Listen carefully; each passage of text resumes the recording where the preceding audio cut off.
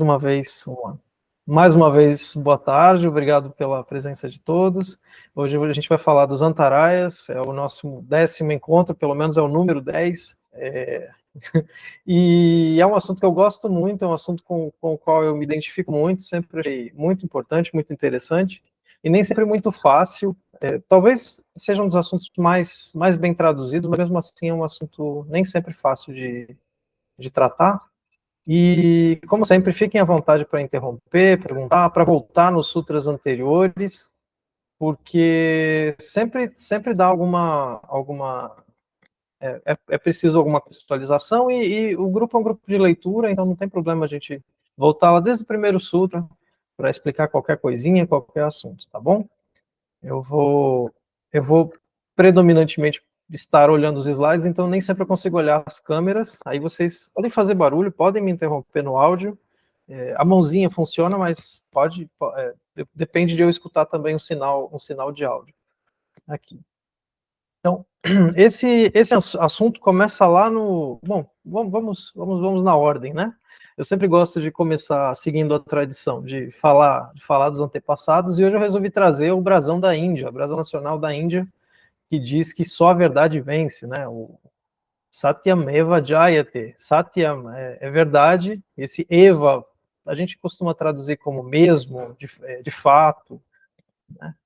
Nesse caso aqui é uma tradução boa, é uma bem aportuguesado, mas a ideia é essa, né?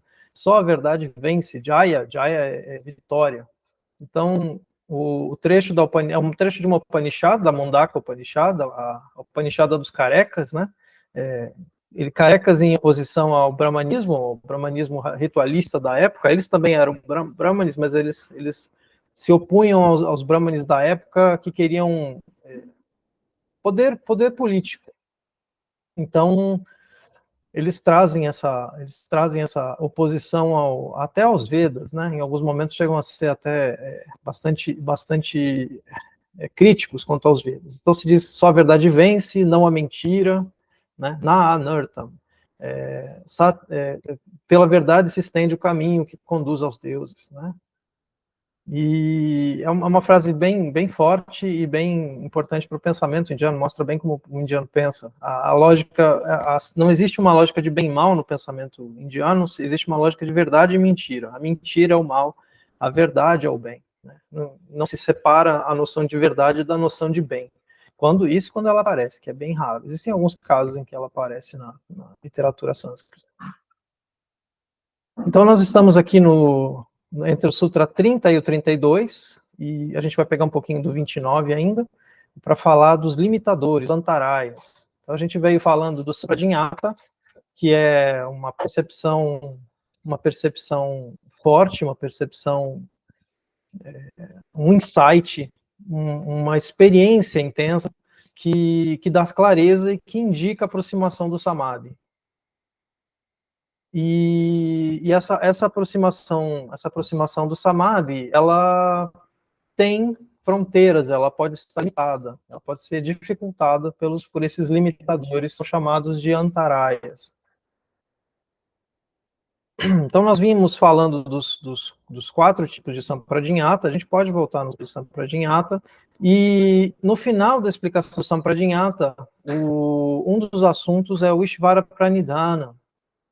E no Ishvara Pranidhana, o que seria uma tradução de entrega ao Ishvara. Eu vou entrar nesse assunto logo, vou mostrar nos slides, então eu não preciso explicar tanto aqui, mas no finalzinho da explicação do Sampradinhata, ele faz a explicação do Ishvara e passa pela explicação do Om, e aí ele entra nos antaraias. Então isso é um ponto topográfico importante para entender os sutras, porque os sutras são frases muito curtinhas, então às vezes a gente é obrigado a fazer que nem a gente faz na legislação, que nem a gente faz no direito, que é entender a posição da frase para entender do que o assunto. Às vezes é necessário fazer esse tipo de hermenêutica topográfica. Vocês me perdoem os palavrões do direito.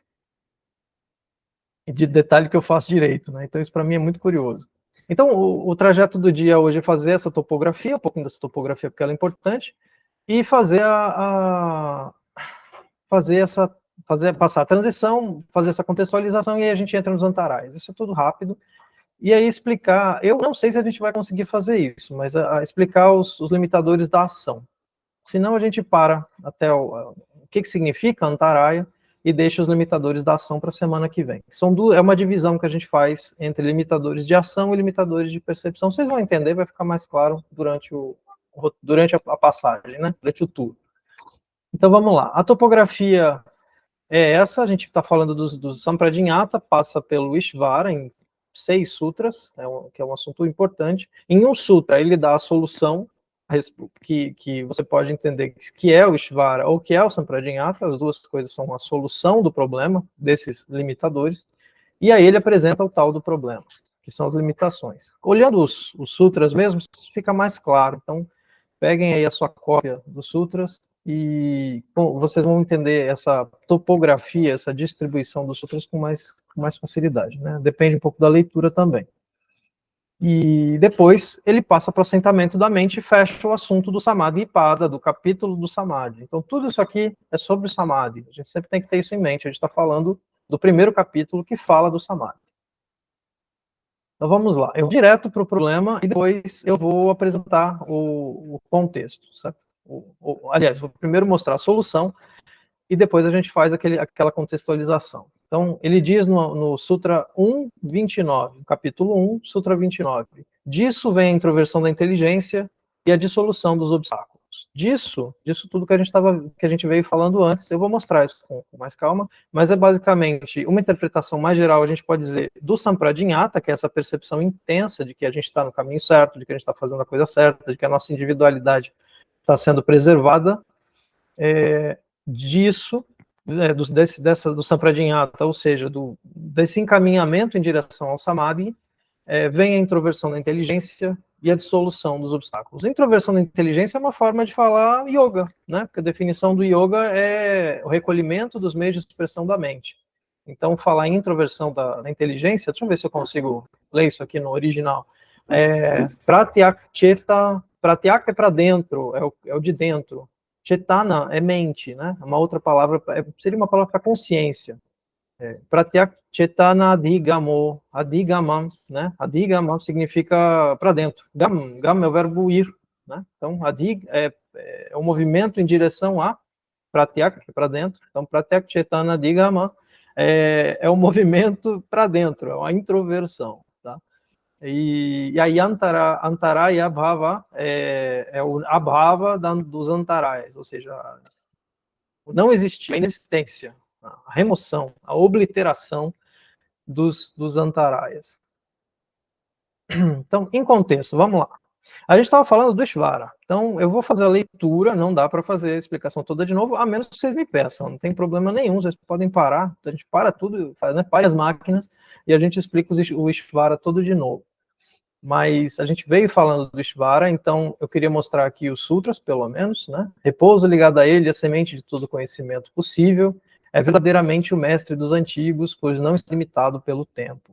Então, o Ishvara é aquela parte de nós, ou que a gente chama, inclusive na cultura sânscrita, de coração, Hrideshe, o território do coração, ou então o termo utilizado é, oh, meu Deus, o Angushta Purusha, também, a pessoa do tamanho de um polegar, e o Guha, é outra expressão muito comum que significa caverna. Então, são todos termos muito ligados a essa ideia de um lugar oculto, de um território oculto. E você está fazendo muito barulho. É um território oculto, um lugar oculto. E esse lugar oculto, ele é onde reside esse rei, essa figura. Então ele é chamado de mestre dos antigos porque ele é o mesmo em todas as pessoas. O eu do universo é um só, e é o eu atrás de todas as criaturas. E aí ele é chamado de mestre dos antigos, porque ele é o mestre de todos, ele está em todos, ele produz a inspiração em todos. E aí ele vai dizer que o pranava é a sua expressão, o om, né, é a sua expressão. Recitá-lo é fazer surgir o seu sentido.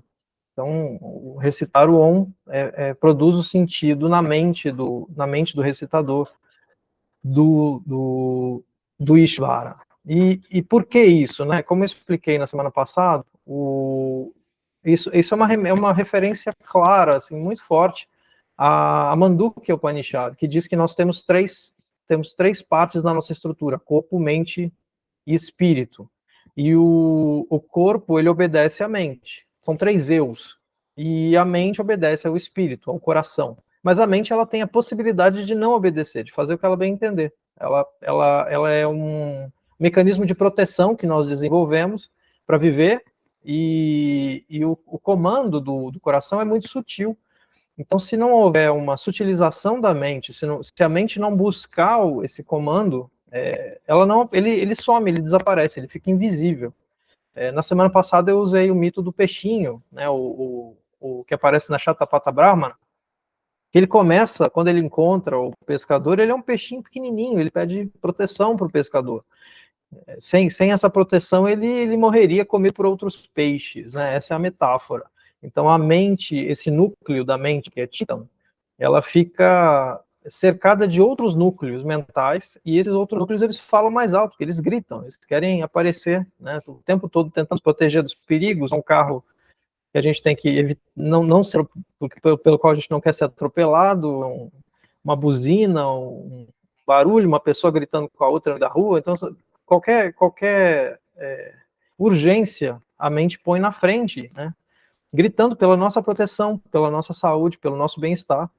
E às vezes a gente coloca dentro da gente também prioridades que não existem, prioridades falsas, fantasias que a gente cria e que atrapalham a nossa vida. O que os outros vão achar da gente, a roupa que a gente está vestindo, se a gente penteou o cabelo de manhã ou não, se a gente lembrou de fechar o gás. Então, a gente vive uma série de urgências, de emergências, de coisas que surgem na mente da gente e que perturbam esse eu sutil, que é o nosso centro, que é o nosso ponto central. Esse é o tal do Ishvara, o coração. Então é preciso acalmar a mente, manter a mente calma, tranquila, para que ele tenha voz, porque ele é sutil, né?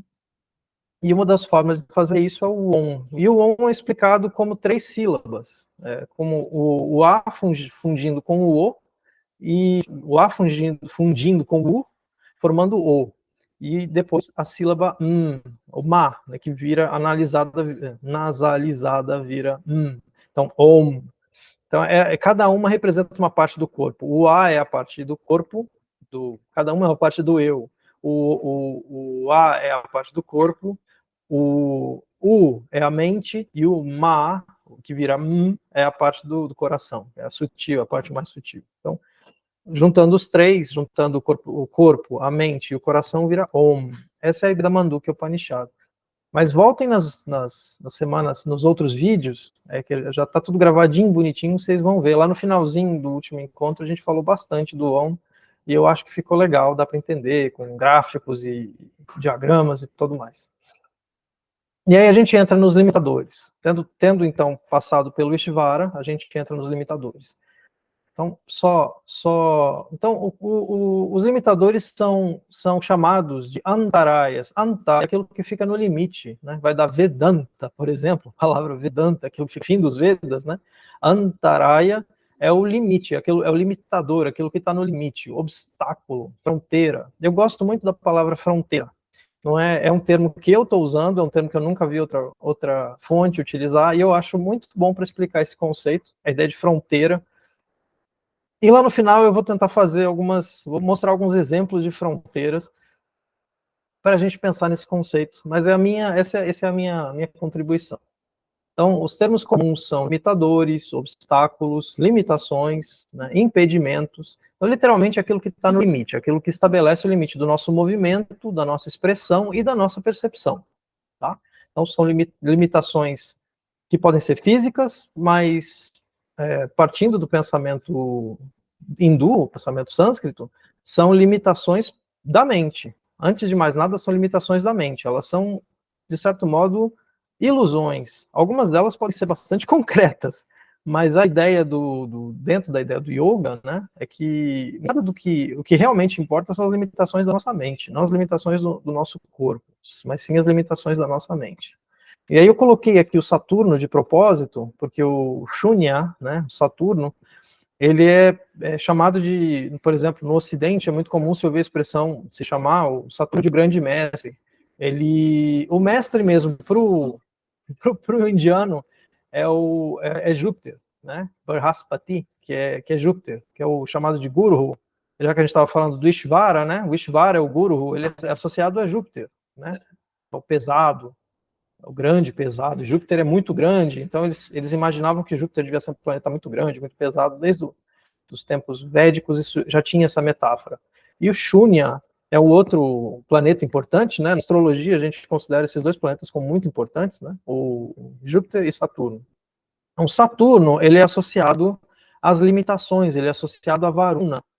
Para chegar nessa associação toda, você tem que passar pelo Makaram. Makaram é a constelação de Capricórnio.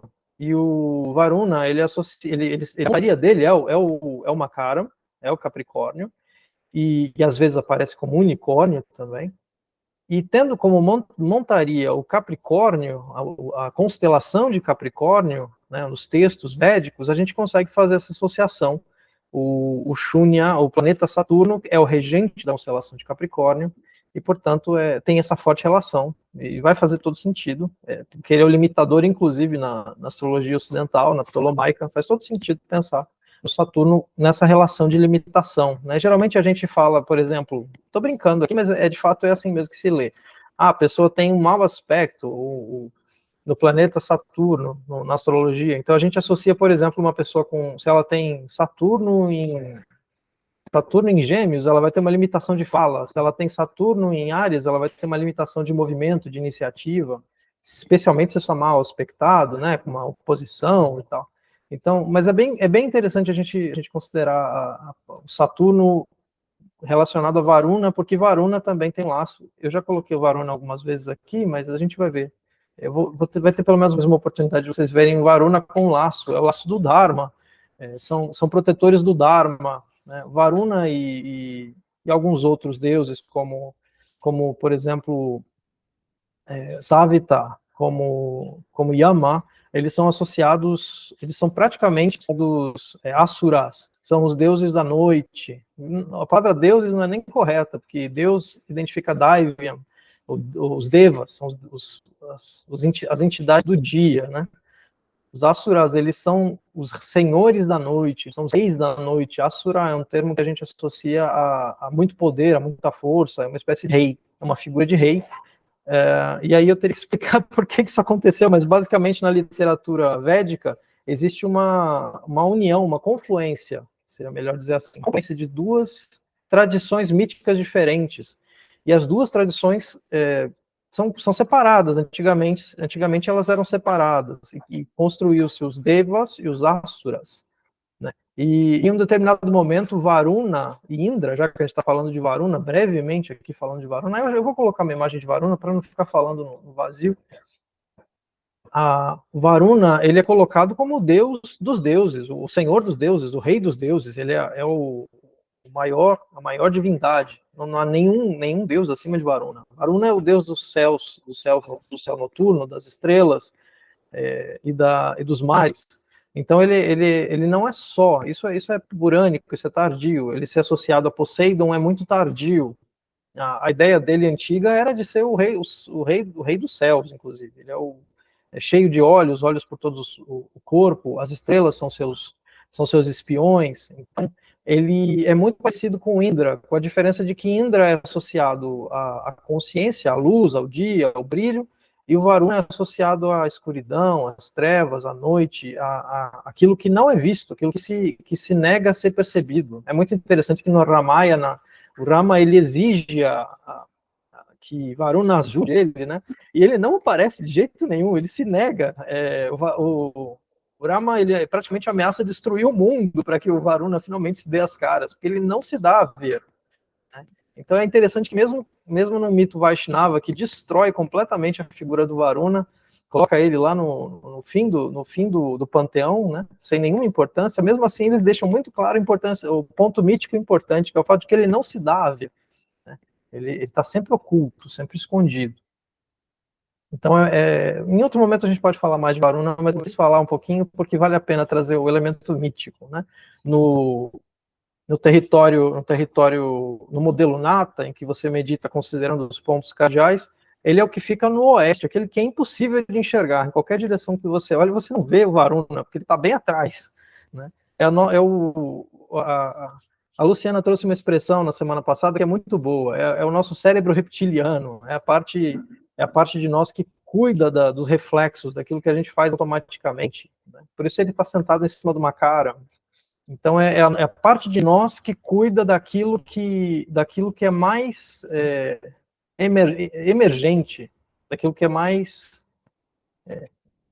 poderia dizer, imanente, enfim, aquilo que é realmente é reflexo. Então é uma figura muito interessante. Então vamos lá. Então os antarayas na posição dos sutras, eles são obstáculos que a gente deve enfrentar, são as nossas limitações, que todos nós temos, esses limites. Eles são da natureza humana, não é de uma pessoa ou de outra, todos nós somos limitados. Então, a ideia é, pela própria leitura dos sutras, ele veio falando do Ishvara, é que colocando o coração no comando, nós conseguimos remover esses obstáculos. E é isso que dá para perceber. Por isso que eu trouxe o Sutra 29 na frente, né? Antes de falar do Ishvara. Porque era importante colocar da onde ele está vindo, de onde ele está vindo. Então, mas a ideia é ultrapassar todos os limites? Nós devemos superar todos os nossos limites? Ou existem limites que são necessários, né?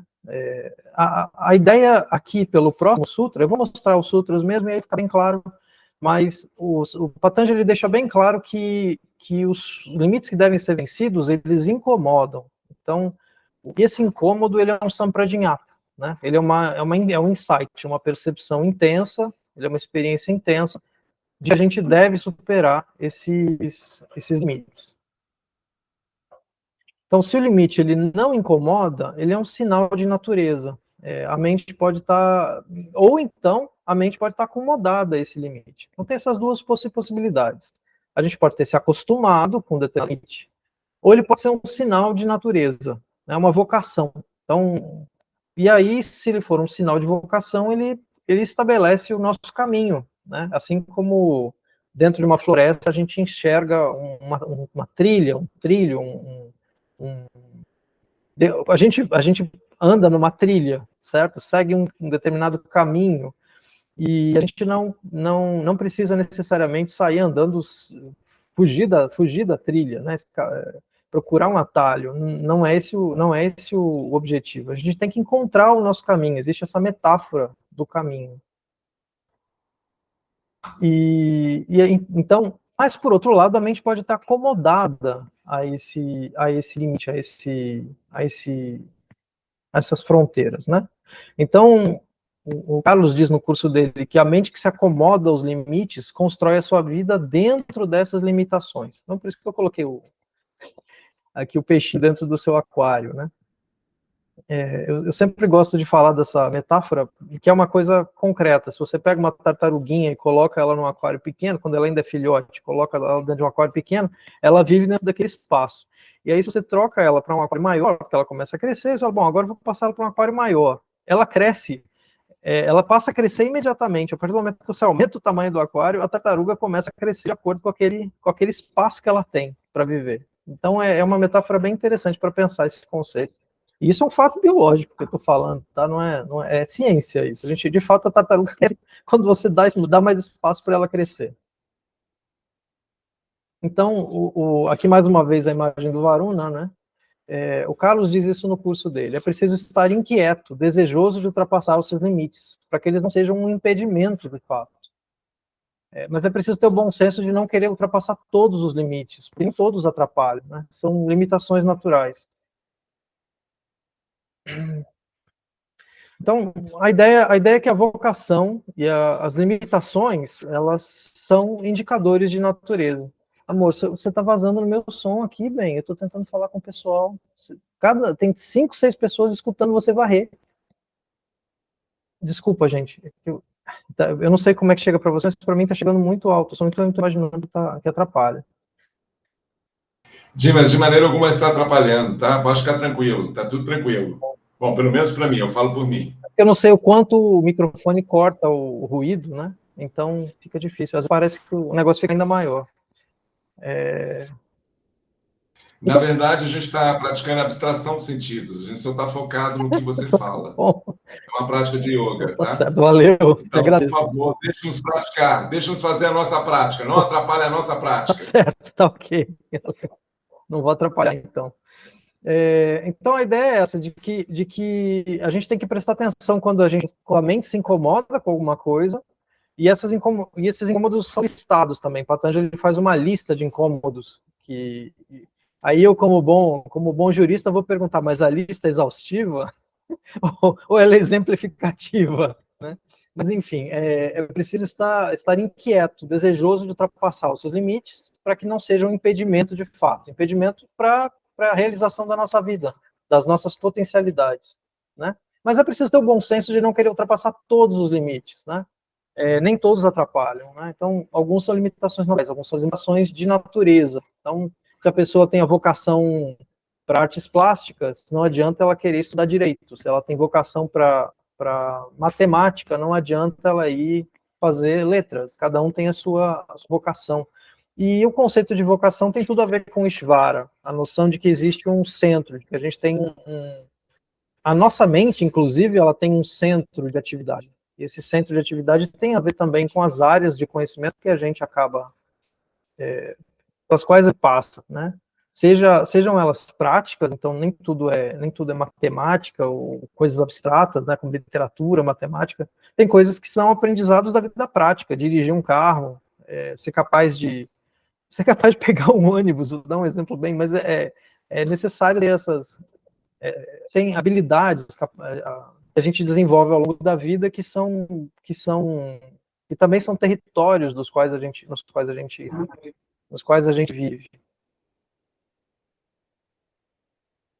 Então, a ideia que o Carlos traz no curso é bem por aí mesmo. Alguém está pedindo para entrar? Só um segundo, gente. A Nina chegou.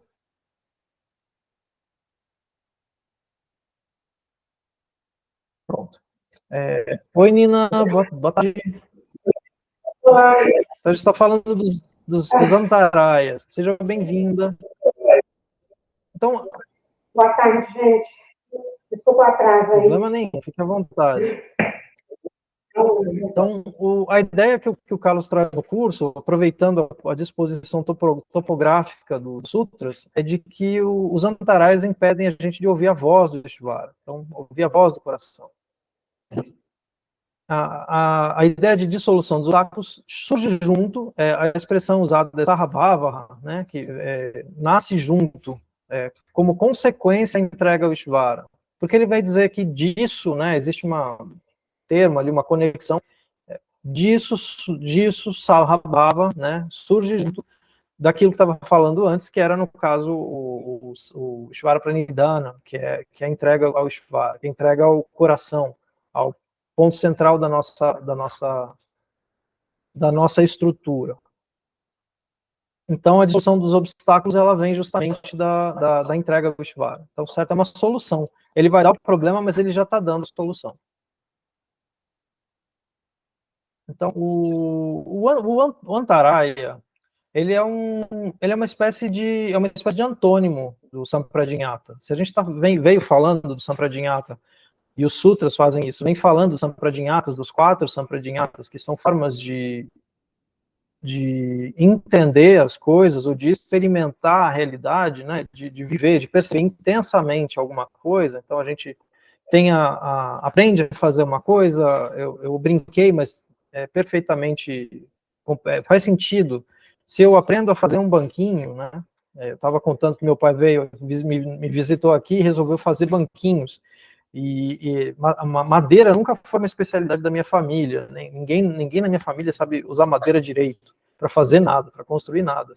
Mas faz parte da minha família construir coisas. Então, ele foi lá aprender a fazer banquinhos, e todo o aprendizado que ele tem com os banquinhos, com certeza é um Sampradinhata, é uma experiência intensa. Desde de pregar um prego, passar um verniz, ou como fazer isso direito, cada vez que a gente erra, e supera, e entende como fazer alguma coisa, isso é um Sampradinhata, isso produz uma experiência intensa. O importante é isso, a gente reconhecer quando aquilo nos entusiasma, porque o entusiasmo é um sinal de que aquilo é importante. É uma experiência intensa. Então, uma pessoa que não sente entusiasmo pelo que está fazendo, pode muito bem estar fazendo coisa errada na vida. O Sampradinhata é justamente esse sinal de que aquilo que a gente está fazendo é o que a gente deveria fazer. Então, ele produz Ananda, ele vem acompanhado das Mita, que é o sentimento de individualidade, de percepção da própria individualidade, e juntamente com... Então, o Ananda e o Asmita, eles vêm junto com o nosso esforço diário, às vezes, de aprender uma coisa. Isso vocês podem ver nos encontros passados, que eu expliquei isso em detalhes, tá?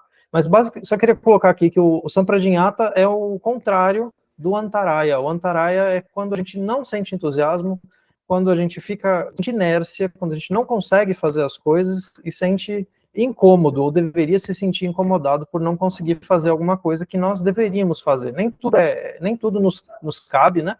Nem tudo é nossa obrigação, mas às vezes a gente tem que, para viver, a gente tem que realizar coisas, e o incômodo de não conseguir realizar certas coisas, ou de ter que realizar certas coisas, é um sinal de que aquilo de que aquilo é um obstáculo a ser vencido, a ser superado, esse incômodo. Lembrando sempre que o yoga funciona dentro do contexto do desapego, né? Desapego e disciplina são as duas pernas do yoga. Então, não é qualquer incômodo, né? A gente primeiro precisa estar desapegado, e agindo com disciplina, né? O trabalho constante, para que isso funcione, para que a gente saiba o que realmente nos incomoda e o que é apenas perturbação da mente. Então, a gente primeiro precisa diminuir ao máximo a nossa perturbação, certo? Da nossa percepção. Aí a gente volta lá nos primeiros sutras, certo? Superando essas perturbações que são cotidianas, diárias, daquilo que nos incomoda, estando com a mente livre dessas perturbações, a gente consegue perceber quais são os nossos incômodos verdadeiros, os nossos incômodos que precisam ser superados para que a gente realize o samadhi, para que o yogi caminhe em direção ao samadhi, que é a estruturação dos 6 eus, que a gente vê, que eu falei sobre a Mandukya, certo? A ideia do samadhi é uma das formas de falar sobre o samadhi, é justamente a integração dos 6 eus, corpo, mente e espírito. Espírito aqui, fazendo sempre, colocando o asterisco, né? Não precisa pensar em nada muito mirabolante, mas basicamente identificar aquilo que é o centro da nossa identidade, aquilo que nos faz considerarmos que nós estamos no mundo, que nós existimos no mundo, certo? Não precisa pensar em nada muito mirabolante para pensar sobre isso. Não precisa de um raciocínio religioso para pensar no Ishvara, tá? Como eu estou falando do Ishvara aqui, dado como se já todo mundo tivesse aparecido nos últimos encontros e assistido aos vídeos, né? Então, é preciso fazer pelo menos essa correção, que é comum na maioria das traduções e está errado.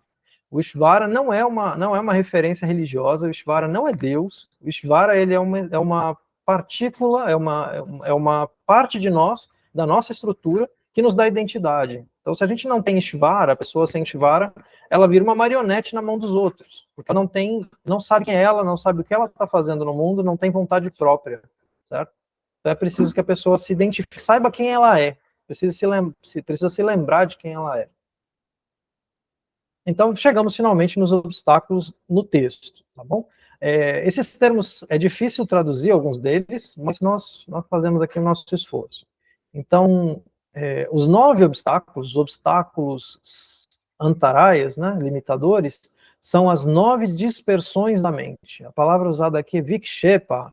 Vikshepa é uma palavra muito interessante porque é um som enfim, é um som que se refere ao objeto da ideia de uma flecha disparada. Então, finalmente chegamos no Vikshepa.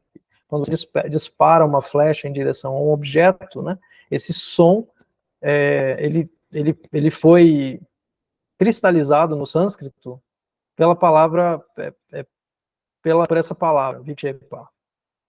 Então, a ideia de uma flecha sendo disparada. Então, é uma dispersão, como se a mente disparasse flechinhas ao seu redor e se aprisionasse, se amarrasse, né, como se nós nos amarrássemos a interesses que circulam à nossa volta, desejos que nos circulam, apegos aos quais as coisas que estão à nossa volta, ideias também que nós trazemos para a nossa vida, com as quais nós nós nos deparamos, então a gente vai se amarrando nessas ideias, nesses desejos, nessas coisas, e isso vai nos deixando cada vez mais travados. Então a gente chegou nesse termo aqui, o Vikshepa, finalmente.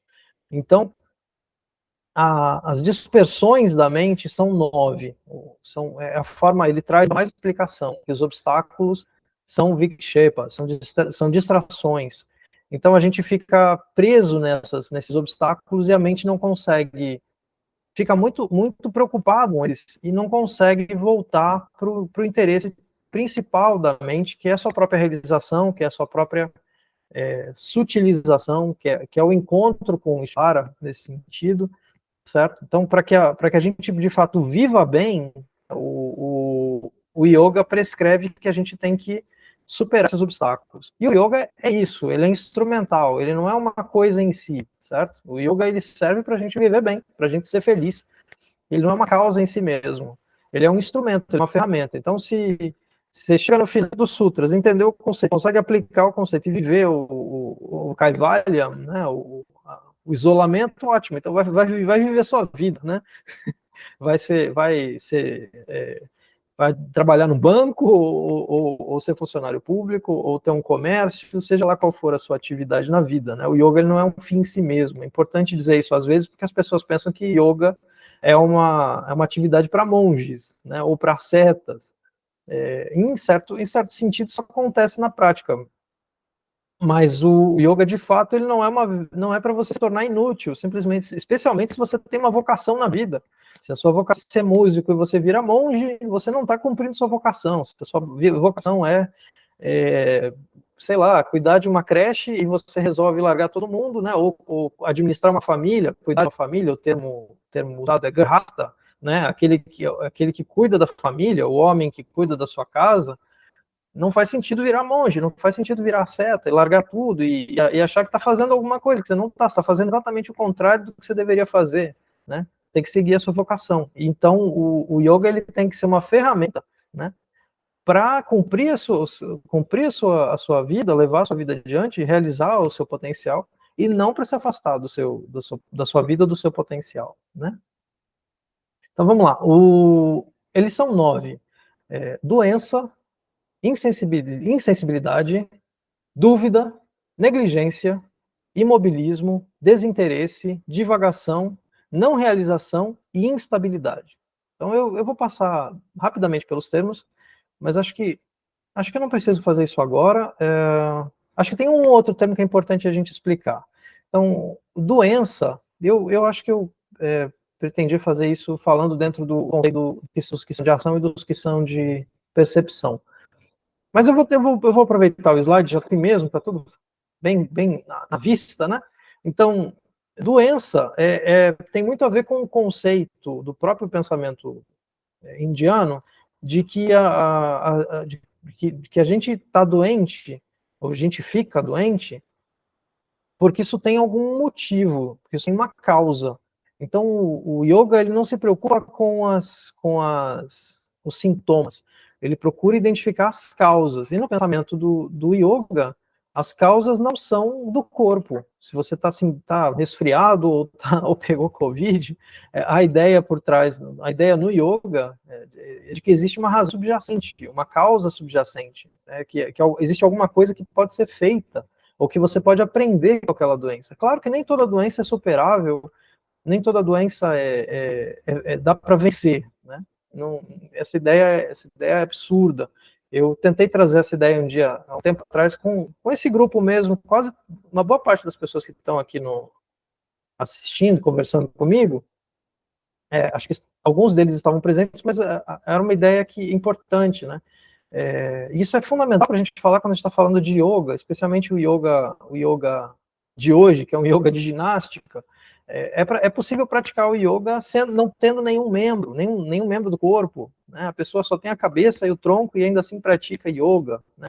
O Maharishi é o maior exemplo disso, é um dos grandes exemplos disso, e é importante a gente ter essa noção, né, em mente, porque não é porque a pessoa tem uma determinada doença que ela não pode praticar o yoga, né? Se ela tem uma mente lúcida o suficiente para se interessar pelo yoga, para buscar o yoga, ela não precisa de nenhum nenhum recurso físico, de fato, a não ser um mínimo de conforto, né?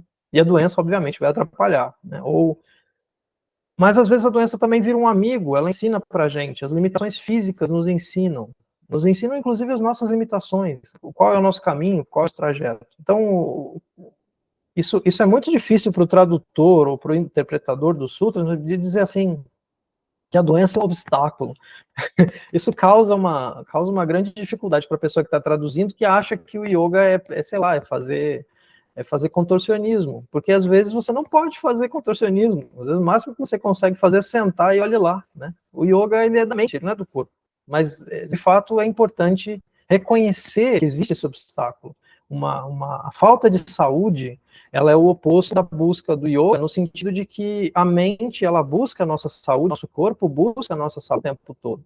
Então, se nós estamos afligidos por alguma coisa, é porque o nosso organismo não está dando conta de cuidar de alguma coisa, nós temos alguma causa que nos aflige, algum motivo que nos aflige, e que às vezes, em alguma medida, pode ser superado. Então é um sinal, não é necessariamente algo possível de superar, certo? Aí a gente volta naquela questão que a gente estava falando. Alguns limites incomodam e alguns limites a gente aceita. E os limites que incomodam são aqueles que devem ser superados. Lembrando também que tem alguns limites com os quais a gente se acomoda, e isso não é bom, tá? Não necessariamente é bom. Então, Sthianam se aproxima muito da ideia de líquidos densos, a expressão é usada nesse sentido. Então, a poça de piche é um líquido que é difícil de se mover. A expressão que o Carlos usa mesmo para explicar é poça de piche. Esses meios de líquidos, de fluidos, que são muito densos, em que o nosso movimento fica muito lento. Então, é a letargia, é a inércia. É comumente traduzido como apatia, né? Mas a ideia de que essa inércia está associada à nossa insensibilidade, porque a gente não consegue, não está sensível, não tem reação para as coisas, por isso é comumente traduzido como insensibilidade. E a gente acaba agindo mal com as pessoas, agindo mal nas situações, quando a gente tem uma reação muito lenta, a gente não percebe às vezes a tempo. Então, por isso o Carlos fez a opção pelo termo insensibilidade, porque esse limitador em particular, ele atrasa a nossa resposta e não nos permite reagir a tempo para as situações da vida. Lembrando que são limitações da mente, né? O samshaya é dúvida, hesitação. Bhranti Darshana é um termo bem engraçado. Darshana vem da raiz darsh, que é ver, né? Então, Bhranti Darshana é uma mente que vagueia, é uma mente que não tem foco, que cada hora está numa coisa, não consegue manter sua atenção por muito tempo na mesma coisa, se distrai muito facilmente, viaja muito facilmente. Então, uma boa tradução é divagação. Que mais bom dizer aqui? Pramada, o termo pramada significa bebedeira, intoxicação. Quando uma pessoa bebe demais ou se intoxica com alguma coisa, ela perde novamente a resposta, a capacidade de resposta, a ação dela fica entorpecida. Então, esse entorpecimento da nossa capacidade de percepção, mas que também afeta a capacidade, portanto, a nossa capacidade de ação, é pramada. Então, uma tradução possível é negligência, porque o Carlos dá um... Oi, Viviane. Tudo bem? O Carlos dá um exemplo muito interessante para isso, que é o médico que, de repente, é chamado às pressas para atender um paciente e ele está bêbado, né? Ele não consegue agir com clareza, dar uma rápida resposta nessa situação, porque ele está torpe, está com a sua capacidade de reação também reduzida. E é importante falar do pramada num outro sentido, que é o torpor da mente suja, da mente que está sempre pensando em porcaria, da mente que está sempre se ocupando de bobagem. Então, e às vezes a gente chega ao ponto de perceber que a nossa vida fica assim, a gente se contamina de tal maneira, às vezes, com certas torpezas, né? Por exemplo, o hábito de ver as notícias todo dia, de manhã, ou então a pessoa que assiste, desculpa, vou falar o nome dele aqui, mas a gente assiste o Datena, certo? Todo dia, num determinado horário, a pessoa vai lá e fica assistindo violência, ou se colocando, deixando sua mente ser conduzida por um discurso de violência. Então, assim, todo esse tipo de hábito, qualquer hábito que leva nessa direção, de se preocupar com coisas que a gente percebe que são coisas que deixam a gente sujo. É a melhor forma de falar sobre isso. E doa quem doer, né? Um pouco nessa linha do doa quem doer. Mas a gente acaba, muitas vezes, você sente que a pessoa passa a vida entorpecida, né? Não necessariamente por substâncias, mas às vezes por ideias. E isso também pode significar, querendo ou não, ideologias ou posições políticas. Então, isso torna a gente negligente, a gente se torna incapaz de enxergar as coisas de outro ponto de vista, observar a vida de outra forma, que às vezes seria uma forma melhor, uma forma mais saudável para a gente, que ia permitir que a gente vivesse melhor, vivesse mais feliz. Então, a ideia é essa, se a vida se o objetivo do yoga é a felicidade, né, e em última instância esse objetivo é a Ananda, a gente tem que ser capaz de enxergar quando a gente está vivendo de forma infeliz, porque a gente mesmo está provocando aquela infelicidade para a gente. Então, é preciso não estar negligente com a nossa própria percepção. É buscar superar essa nossa própria torpeza.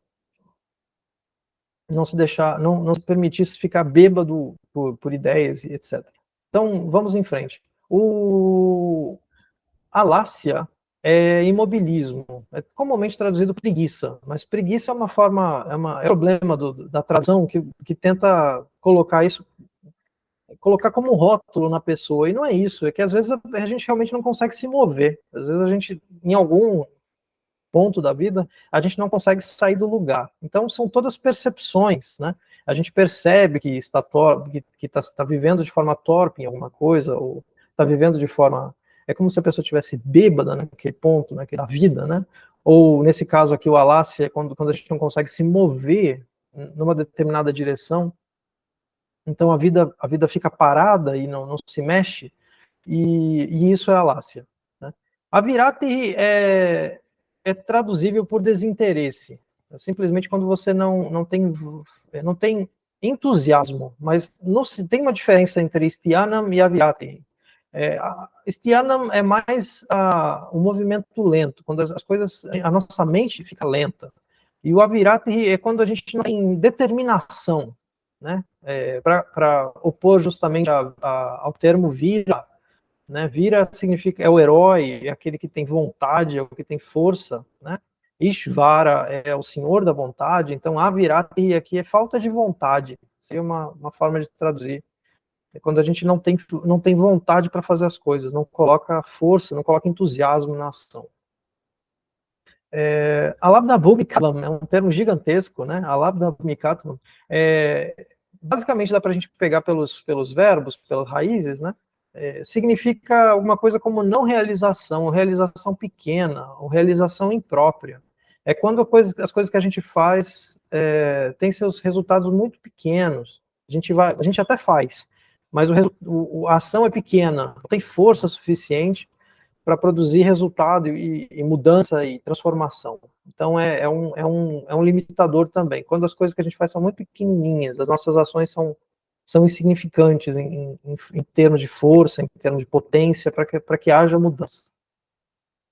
E anavastitatvam, que é instabilidade, né? Quando a gente não consegue, não tem equilíbrio, não mantém o mínimo de estabilidade para que as ações produzam resultados na vida da gente, né?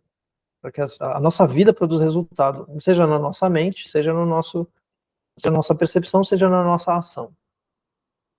Mas como é que a gente sabe quando que esses obstáculos eles são de fato devem ser vencidos ou não? A gente tem o Sutra 31, a caixinha ficou errada. Olha aqui o perfeccionista. E aí existe essa lista que o Patanjali traz para dizer que esses esses limitadores, eles incomodam, e por incomodarem são demonstrações, eles são sampradinhatas, né, são inquietações de que devem ser superados. Então, dor, desespero, agitação dos membros, inspiração e expiração aparecem junto. A frase, mais uma vez, uma coisa difícil de fazer, e a maioria dos tradutores não consegue. Então, eu fico muito feliz de poder trazer uma tradução que faz sentido e explicar com clareza o que está escrito, tá? A expressão que aparece aqui, como eu tinha dito, é Sahabhuva, significa que surge junto. Sabhuva pode ser também, que surge junto com essas dispersões. Vikshepa, mais uma vez o termo aparece Vikshepa, né? Então, os dispersadores são os limitadores. Isso dá para a gente tirar isso do texto. O Patanjali fala isso em 3 sutras diferentes, né? E faz essa associação entre a palavra Vikshepa e a palavra Antaraya. Então, no caso, essas dispersões aparecem junto com as limitações. E no caso, vamos lá, Dukkham é um termo para desconforto, né? Ele é antônimo de Sukham, que é conforto, doce, né? Aquilo que é doce, aquilo que é agradável. Dukkham é dor, sofrimento. Dharmanasya é desespero, desânimo. O termo é comumente traduzido por desânimo. Aí eu vou explicar por que o Carlos preferiu desespero. Mas é o sentido de falta de ânimo, né? Quando a pessoa não tem força para fazer alguma coisa, porque não tem ânimo para fazer alguma coisa. Então fica desanimada, né? E ânima é uma palavra no português que a gente associa à alma, né? Ao movimento, à ação que vem de dentro. Então, o desânimo é falta de entusiasmo, mais uma vez. Mas o Carlos preferiu desespero, porque a palavra desespero, no sentido bem particular, como oposto à esperança.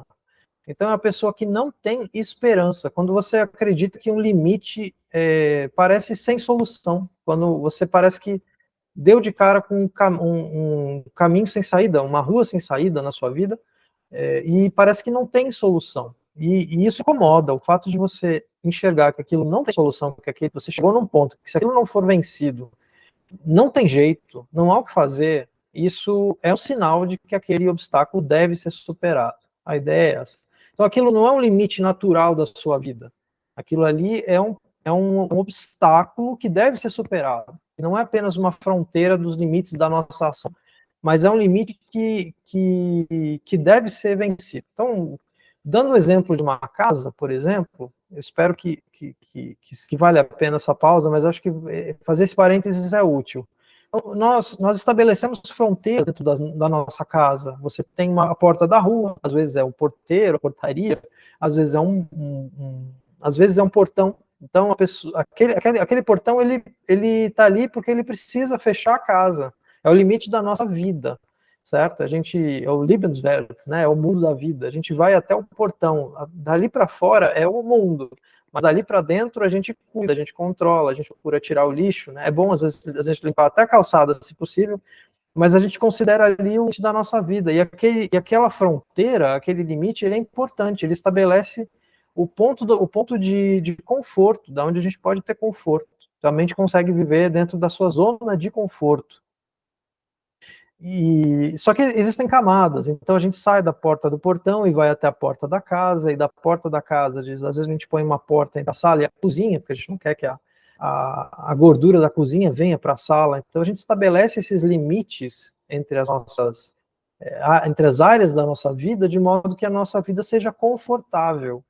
Então, é preciso que a gente considere até onde vai o nosso conforto e quando que aquele limite ele é desconfortável. Eu tenho um conto muito bonito. Eu estou tentando lembrar o autor, fugiu completamente. A casa, eu tenho quase certeza. O nome dele me fugiu. Eu sei quem é, mas eu não consigo lembrar o nome dele. Depois eu vou trazer para vocês. É um dos autores da literatura fantástica, se eu não me engano, ele é argentino, é um autor argentino. E eu tenho um monte de livros dele. Jorge Luiz Borges. O Borges, não é o Borges. Quase, é o outro. É A Casa Tomada, o conto se chama La Casa Tomada, A Casa Tomada. vocês podem dar um Google aí, a casa tomada é um conto em que a pessoa vai perdendo um pedaço da casa dela, cada vez ela tá com a esposa não, olha só o ato falho, ela tá com a irmã, né, e só sobraram eles dois da família, não tem mais ninguém da família, e a irmã tá sempre tricotando alguma coisinha, e ele sai de casa e volta para casa, e eles vivem uma vida muito feliz naquele matrimônio de irmãos, a expressão do próprio texto, enfim, não vou lembrar do autor, do texto. E vivem muito felizes naquela casa. E de repente eles escutam um barulho. E aí eles percebem que a casa foi invadida. Alguém invadiu um cômodo. É uma casa gigantesca. Então o que eles fazem? Eles vão perto da porta mais próxima daquele cômodo que foi invadido e trancam a porta. E fogem, se recolhem. E mais uma vez, com o passar dos dias, inclusive, mais cômodo é invadido, e eles vão fechando a casa e cada vez limitando mais a sua vida dentro da casa, até que eles são obrigados a sair de casa, porque a casa foi completamente tomada. Então é um conto muito interessante para a gente falar sobre isso, sobre a vida, dos limites da nossa ação e o quanto a gente vive dentro do nosso próprio conforto. Então, já que o termo zona de conforto entrou na história, é uma forma da gente pensar sobre isso. Então, estabelecer as zonas de conforto e, às vezes, trabalhar fora da zona de conforto é um assunto difícil, um assunto complicado até para a gente lidar aqui, porque o yoga prega o Sukham e o Sukham Asana, Stiram Sukham Asana, ou seja, a gente tem que se assentar no conforto e na estabilidade. A gente não chegou a isso está lá no capítulo 2, mas o yoga preza pelo conforto. Você deve ficar confortável. É claro que para vencer certos desconfortos, a gente passa por situações de inquietação e de desconforto. Né? O desconforto ele é um sinal de que você tem um obstáculo a ser vencido. Então, quando a gente entra na situação do desesperado, da pessoa que não vê como superar aquele obstáculo, isso é um sinal de que aquele obstáculo deve ser vencido, de que aquele obstáculo ele não faz parte da zona da nossa vida, certo?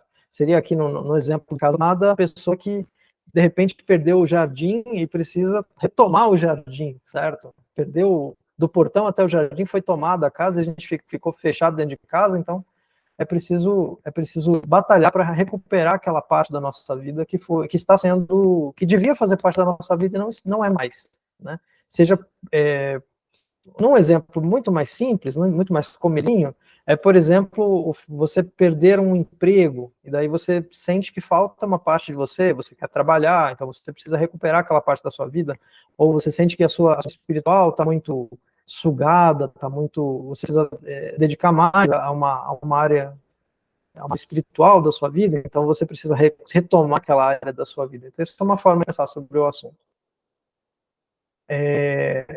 Então, depois eu leio esse conto que é maravilhoso. Eu vou ver se eu encontro uma tradução dele. Eu tenho. O nome tá aqui atrás, mas eu não consigo pegar. Angame Jayatva, agitação dos membros. A agitação dos membros é uma explicação interessante, porque a pessoa, mas o que de acha uma coisa tem a ver com a outra, mas é uma inquietação do corpo. Quando o corpo está agitado, quando a pessoa não consegue ficar parada, fica se mexendo o tempo todo, é um sinal externo de que a pessoa encontrou um limite, um ponto de incômodo em que ela não está conseguindo superar, sabe? Uma fronteira na mente dela, obviamente. E aí a gente chega num ponto difícil de traduzir, que é vassa, que significa inspiração e expiração. Né? Que de acho, só porque eu estou respirando, eu estou com limite, é isso? O Carlos faz essa brincadeirinha no curso dele. A ideia aqui, a interpretação que o Carlos faz, e que me parece bastante coerente, é de que quando não existe um equilíbrio do nosso pensamento, quando o movimento do pensamento, que é o mesmo movimento da respiração,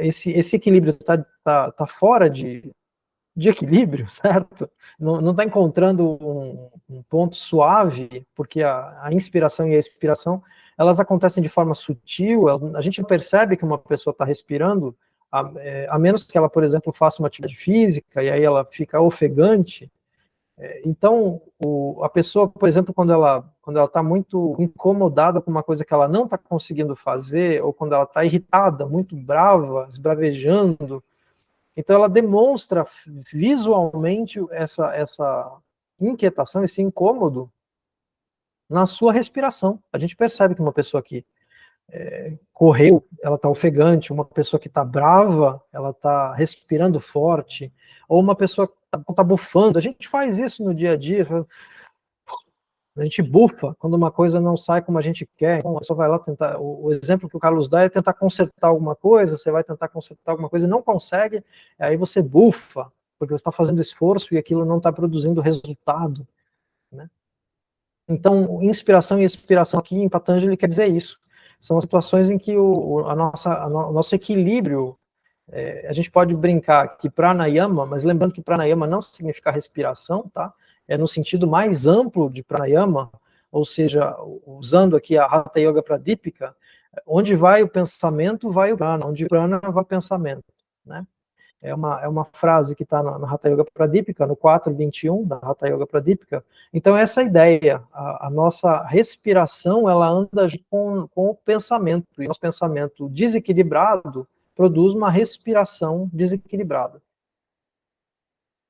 E é isso. Esses são os dispersadores que surgem junto, né? Sahabhava, eles aparecem junto, eles nascem conjuntamente dos antarayas. Então, esses são os dispersadores que aparecem junto com os limitadores. Então, dor, desespero, agitação dos membros e uma respiração descontrolada, desequilibrada. Esses são essa é a lista que o Patanjali traz. Lembrando que Dukkha pode ser um incômodo mental, não necessariamente é um sofrimento que pode não ser físico, né? A gente pode ficar sofrendo com uma coisa que a gente não conseguiu fazer, com uma conta que a gente deixou de pagar.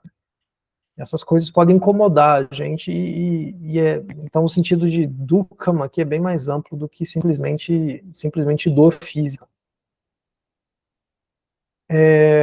E aí agora eu vou entrar nos territórios. Então, são exemplos, né? Mas se vocês quiserem interromper quer dizer, agora já não seria nenhuma interrupção. Se vocês quiserem aproveitar para fazer algum comentário ou tirar uma dúvida, né? Ives, eu te chamo para aproveitar para falar alguma coisa, ou algum comentário a respeito do que a gente passou até aqui.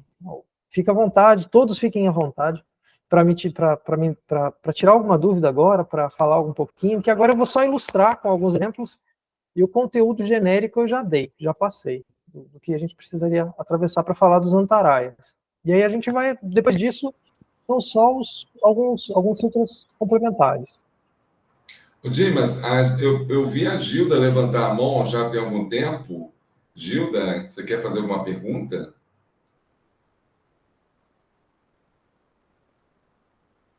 Ative seu microfone. Desculpa, eu desativei aqui o microfone. Não quero não. Eu só queria colocar uma coisa que eu achei interessante, quando você coloca, eu não sei se você falou assim, eu vou te parafrasear, né? Do negativo, de algo assim, de baixa vibração, sei lá, qualquer coisa nesse nível. Eu vejo, não sei, eu quero que você me corrija, como algo que não é que tenha uma baixa vibração, ele está pouco investigado. Aí me remeteu a algo que você colocou lá no começo, da questão, porque a verdade ela não está em detrimento à mentira. A verdade ela é única, né? Então eu vejo que a mentira é algo que não foi investigado, que está falso, que não está naquele caminho, vamos dizer assim, que realmente vai lograr o êxito do samadhi, de encontrar a luz que somos, né? Então, eu queria saber de você se há alguma coisa equivocada no apontamento. Não, acho que é exatamente isso. No caso desse ponto, o Patanjali está no negativo mesmo. Então, todos os antarayas são tidos como negativos. né, doença, insensibilidade, dúvida, desculpa, eu vou falar mais devagar, estou falando muito rápido. Doença, insensibilidade, dúvida, negligência, imobilismo, desinteresse, divagação, não realização e instabilidade. Então, eles são todos negativos. No caso, o que você trouxe, eu acho que eu estava falando do torpor, pramada. Pramada, o indiano não tinha menor papas na língua de falar do bêbado, tá? A palavra pramada é pessoa encaixaçada, é isso que quer dizer. Então, o torpor, no caso, pode ser da mente. Então, se a pessoa fica bêbada por uma ideia, ela pode tomar atitudes, ela pode virar um assassino. A pessoa que aceita que uma causa ela é tão importante que a vida de uma outra pessoa ela é menos importante, ela pode agir contra a vida de outros, ela pode botar uma bomba num lugar. Então, é um assunto. Tudo bem que a gente pode pensar aqui. Eu acho que o seu raciocínio estava dentro do yoga. Bom, onde eu estou sendo negligente, onde eu estou sendo limitado na missão, onde eu posso melhorar a minha vida. Mas o Patanjali aqui ele está sendo universal. Todas as pessoas têm essas limitações. Então, alguns de nós vivemos entorpecidos por substâncias, alguns de nós vivemos entorpecidos por ideias, e todos nós, na verdade, vivemos em algum nível entorpecidos por ideias e por substâncias. Seja o açúcar, seja o café, seja a comida que a gente comeu, deixa a gente com sono. Então, em algum nível, todos nós temos um pouco de entorpecimento. Já estou pegando entorpecimento porque foi o ponto que você trouxe. Entorpecimento mesmo, a ideia do pramada é essa, é aquela mente pesada que não consegue enxergar o que deveria fazer e às vezes age contra os próprios interesses ou os interesses das pessoas que são próximas, ou que são queridas, ou às vezes agem contra uma sociedade inteira. Uma pessoa que é tão cheia das suas próprias convicções que quer a destruição de uma democracia, certo? Nesse nível, as pessoas se deixam entorpecer, se deixam contaminar de tal maneira por ideias que elas agem contra as pessoas que às vezes elas querem proteger, né? Não importa a direção que haja, mas é o herói que se torna assassino.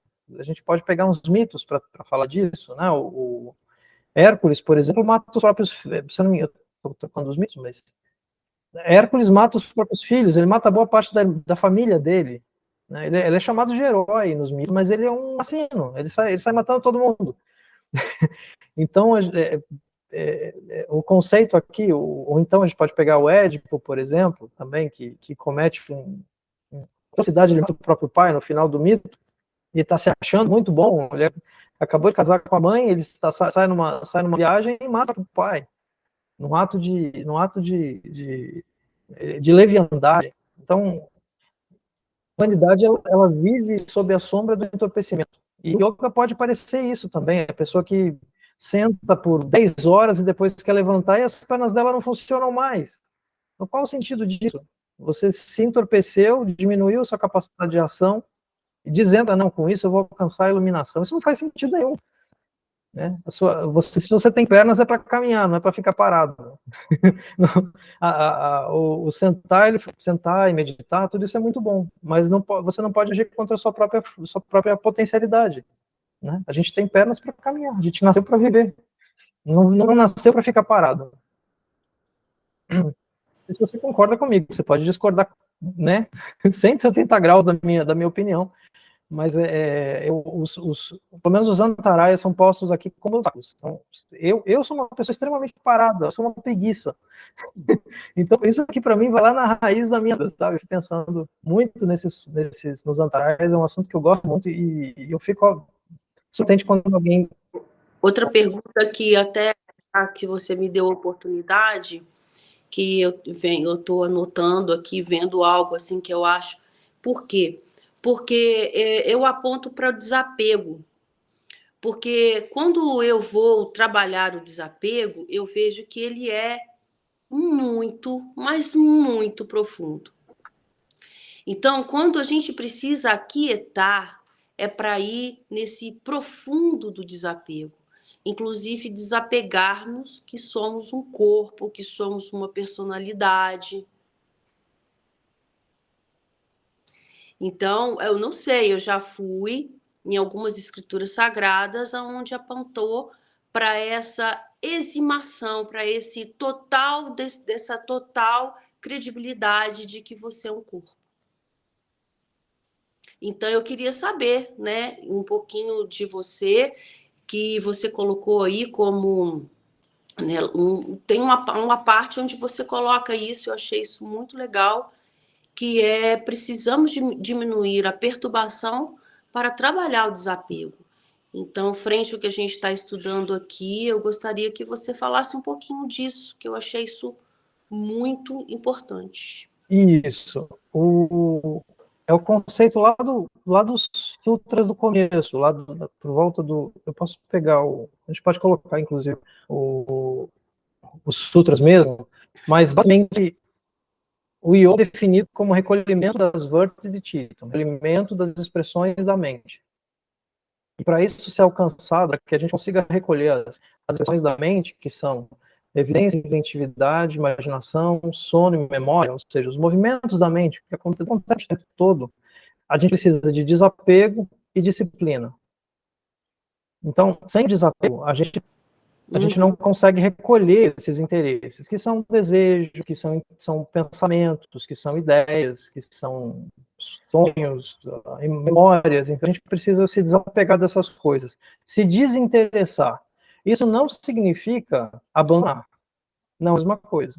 Então, se eu, por exemplo, tenho hora para chegar no trabalho, eu não posso simplesmente dizer assim, bom, isso não importa, isso é secundário, a vida do mundo é ilusória, então eu não preciso trabalhar. Não, é porque aí vem o discernimento, né? É porque aí vem o discernimento, concorda? Isso. Você tá... É onde entra essa palavra que eu também acho maravilhosa. Mas uma forma de você entender bem, pelo menos é o que eu estava querendo trazer, o discernimento é a palavra-chave, você matou. Agora, uma outra forma de você fazer essa distinção é entre abandono e desapego. Se você abandona as coisas que são importantes na sua vida, né, você tem não sei, por exemplo, eu dei o exemplo do trabalho. Então, se eu abandono meu trabalho, isso não é só desapego, isso é abandono. Né? Eu me torno negligente, porque eu preciso comer, eu preciso trabalhar. É que, na verdade, você me lembrou agora uma passagem muito interessante, aonde um discípulo perguntou para o mestre, o que aconteceu depois que você entendeu aquilo que você realmente é, o que você entendeu, iluminação? O que mudou na sua vida? Ele disse, absolutamente nada. Que o ponto é justamente esse, né? É você entender o que está acontecendo, a compreensão, que é o que nós estamos tentando fazer aqui. A compreensão é que dá a liberdade, a condição de estarmos olhando sobre outra perspectiva, né? Mas nunca deixando nada que se tenha a fazer. A questão é sempre estar consciente desse movimento, né, belíssimo que as escrituras, o Bhagavad Gita, todos, Patanjali nos apontam. Mas nada vai deixar de acontecer como é, inclusive o desapego. Por isso que a palavra cerne é o termo que Patanjali usa com muita... se tem uma inovação, de certa forma, uma inovação em Patanjali, por exemplo, você falou da Gita. Isso que eu estava falando da diferença entre o desapego e o abandono na Gita. A Gita fala disso. Você vai ver essa com clareza. Fala, olha, entre o desapego e o abandono, é preferível o desapego, em certo sentido. Mas esse é um assunto que eu precisaria ler, pegar bonitinho para dar uma explicação mais concreta. É porque eu achei essa parte, eu tenho comigo que é uma parte muito bonita, mas de profunda compreensão. O Patanjali, por isso que eu trouxe. Você está certíssimo. O Patanjali, ele vai trazer o desapego, o Viveka. Então, todos os outros métodos já estão em um texto ou outro, em algum nível.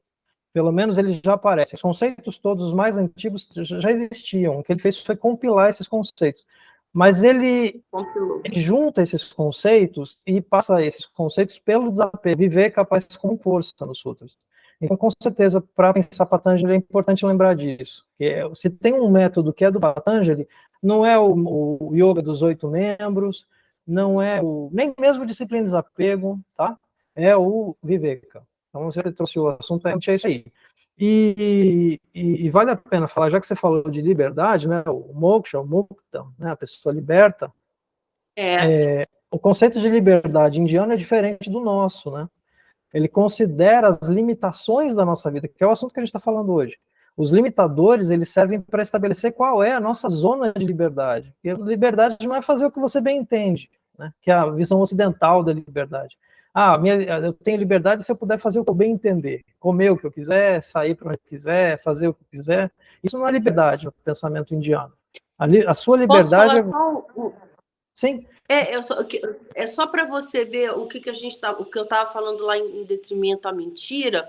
É mais ou menos isso. Isso aí, essa liberdade, como as pessoas têm isso muito, que a gente chama de condicionamento, ela olha isso daí, ou seja, é uma mentira, mas só porque é pouco investigado.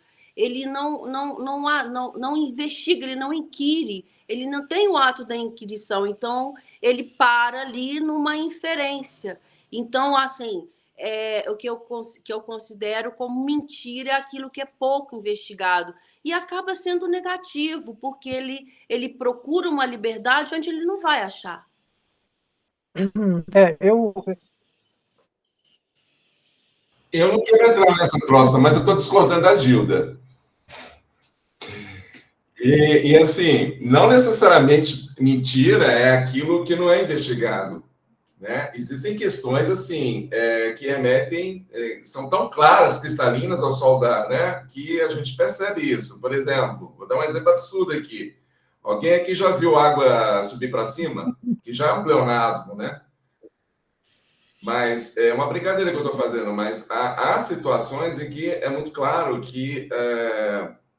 Bom, eu não queria entrar nessa discussão, eu queria apontar uma outra questão, né? Mas eu só quero deixar isso muito claro, que não necessariamente aquilo que não é investigado adequadamente a gente pode afirmar que seja também verdade. É essa a minha provocação. Mas pode falar a sua segunda opinião, e aí qualquer coisa, você acha que vai demorar? Eu acho legal, Porque o próprio conhecimento é uma construção contínua, e aqui nós estamos falando meramente no nível da gnose, do conhecimento, né, no nível meramente mental. Né? Acreditava-se, por exemplo, que as mulheres eram incapazes de assumir certas funções dos homens. Era uma verdade, que se mostrou basicamente um preconceito, né? Uma tremenda mentira. Considerava-se que libertar os pretos escravizados trazidos da África quebraria o Brasil no século XIX. É uma mentira. Acreditava-se que tomar talidomida ajudaria as pessoas, as mulheres grávidas, a terem menos enjoo. Então, não necessariamente aquilo que é investigado é uma mentira ou também é uma verdade. Desculpa polemizar, mas assim, é interessante a gente expandir a nossa discussão, porque não podemos estabelecer muitas certezas nesse campo. É porque, assim, é claro que eu não vou, né, de repente... Mas é interessante a gente sempre entender que o mundo ele é relativo. Algo que é relativo já começa, para mim, a aparecer projeção, algo para mim que, se a gente não investigar, ele é uma projeção daquilo que importa. Então, tudo aquilo que acontece no mundo, eu posso concluir que não seja tão verídico assim. Porque ele depende de uma fonte. Então, vamos voltar no... Então, é algo assim que... Eu vou aproveitar essa sua fala, porque acho que é mais... Seu raciocínio, Gilda, está certo dentro do ponto de vista do Patanjali, mas eu também não tenho como discordar do que você acabou de falar. Então, só vamos colocar isso dentro do frame de trabalho aqui dos sutras, certo? Os sutras, eles trabalham com uma filosofia... Dá um frame legal aí, dá um frame legal. Porque os sutras, eles trabalham com o que a gente chamaria hoje, assim, de fenomenologia da percepção, ou uma filosofia da percepção, certo? Então, Quando eu trouxe lá em cima, né, o Satyameva Jayate, que é bem interessante, isso é um assunto upanishádico, mas o Patanjali, de modo algum, se entra nessa discussão, justamente por isso, porque é um terreno minado. O que interessa é a percepção das coisas, porque a gente não percebe outra coisa além disso, que a gente tem uma inferência. Isso é muito curioso. Por exemplo, tudo que o Ives disse na minha opinião, pelo menos, vocês podem discordar de mim, mas na minha opinião é tudo verdade. E eu só posso dizer isso porque eu inferi tudo isso. Eu passei por todas essas verdades e eu consigo dizer hoje que eu sei que as mulheres têm iguais capacidades que os homens. Não era, por exemplo, a verdade para o Aristóteles, quando ele escreveu a Política. Quando ele escreveu a Política, ele escreveu que as mulheres eram inferiores, certo? Hoje eu supero essa percepção, a minha percepção é diferente, então quem estudar um pouco esse assunto vai ter uma percepção diferente das coisas. E a minha percepção, para mim, é o que importa no final das contas, né? Eu não estou dizendo que... E aí é claro que eu tenho que perceber também quando eu estou sendo limitado na minha percepção. E aí a gente entra nos limitadores. Se a minha visão está limitada por uma ideia que eu percebo, obviamente, uma ideia ultrapassada, que é uma ideia que... Então eu não posso ter medo de superar as minhas ideias, de ir além das ideias que eu percebo que devem ser superadas, né? Então, se eu percebo que eu sou privado de preconceitos, e nós todos somos privados de preconceitos, se eu percebo que eu posso pensar com mais clareza sobre um assunto, eu não posso parar e falar, não, vou pensar, até aqui tá bom. Não, eu cheguei aqui, tá bom.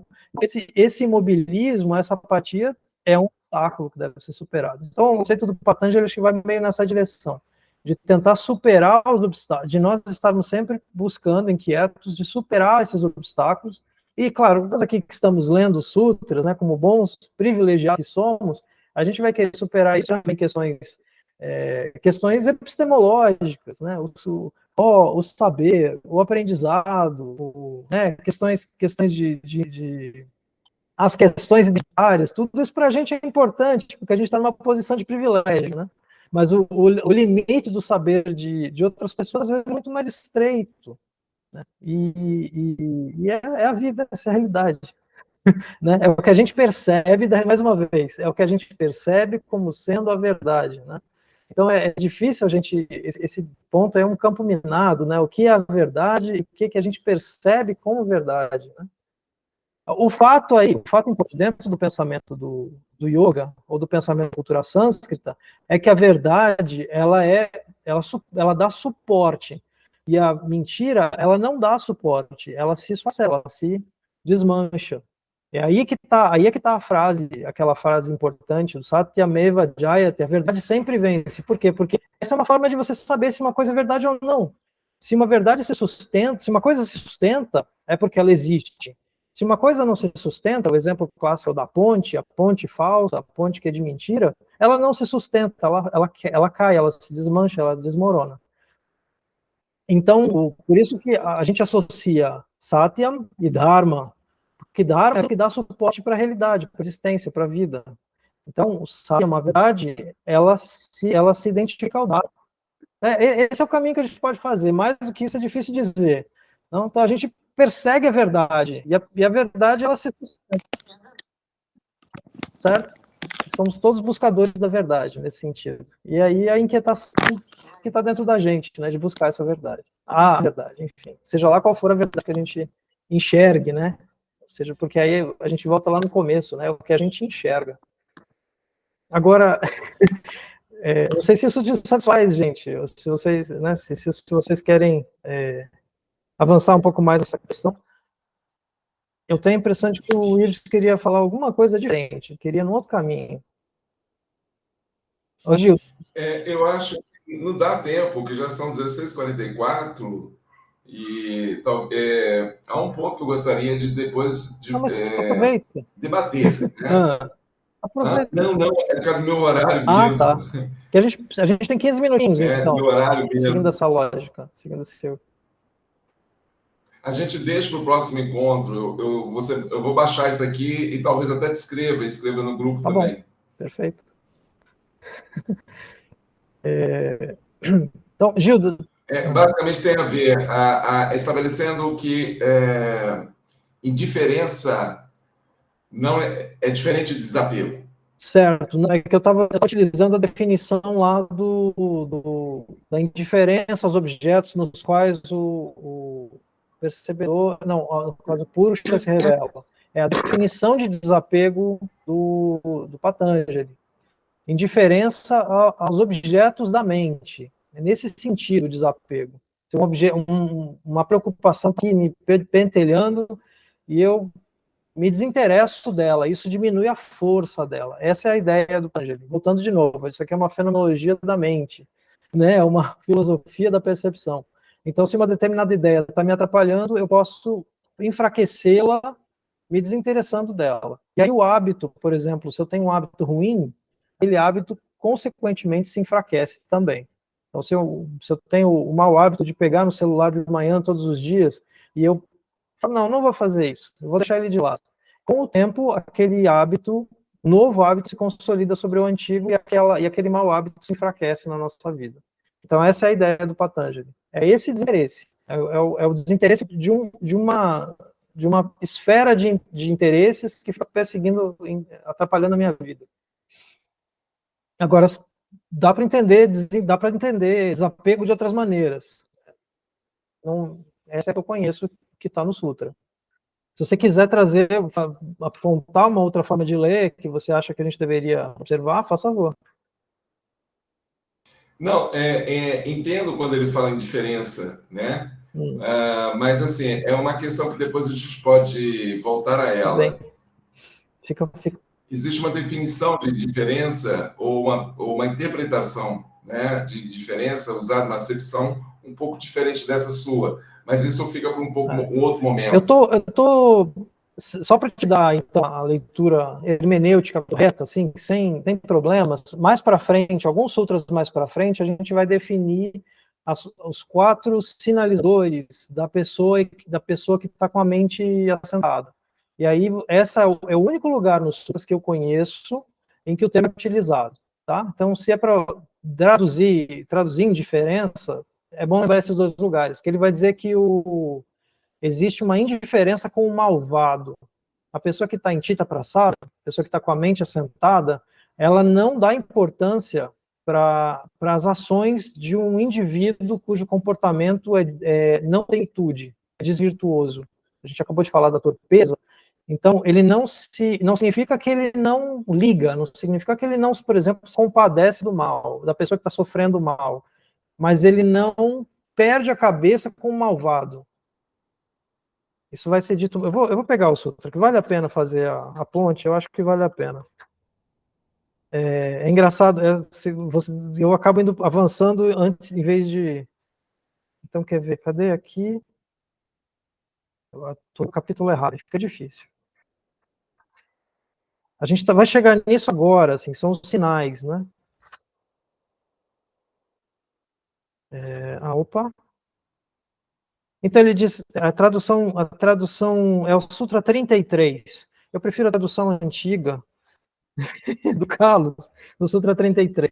O assentamento de Chitta se demonstra pela amizade para com o feliz, eu acho isso muito interessante, compaixão com o sofredor, alegria com o virtuoso e indiferença com o malvado.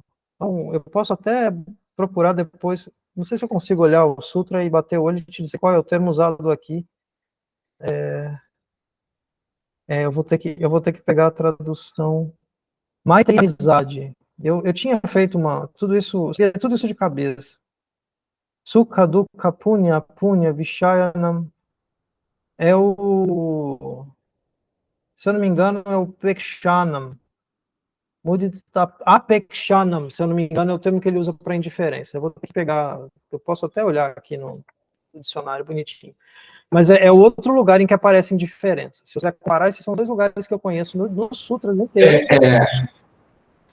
É interessante porque, claro, eu não quero fugir da perspectiva do recorte que é feita a partir de Patanjali, mas a palavra indiferença, e há um problema também na tradução para as línguas ocidentais e a compreensão hoje que você tem de determinado vocábulo, né? determinada palavra.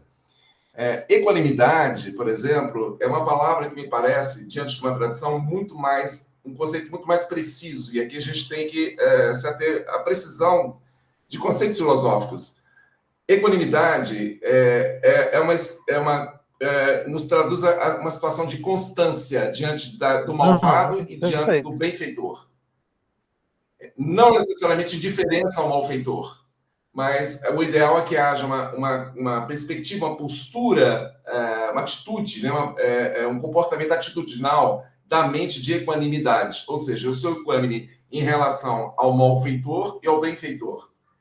Não é diferente de afirmar eu sou indiferente ao malfeitor. Entende? Eu não queria entrar nessa discussão, mas assim, acabei entrando. Mas vamos lá, você me arrastou para ela. Não, eu acho interessante. Eu vou pegar aqui se é isso mesmo.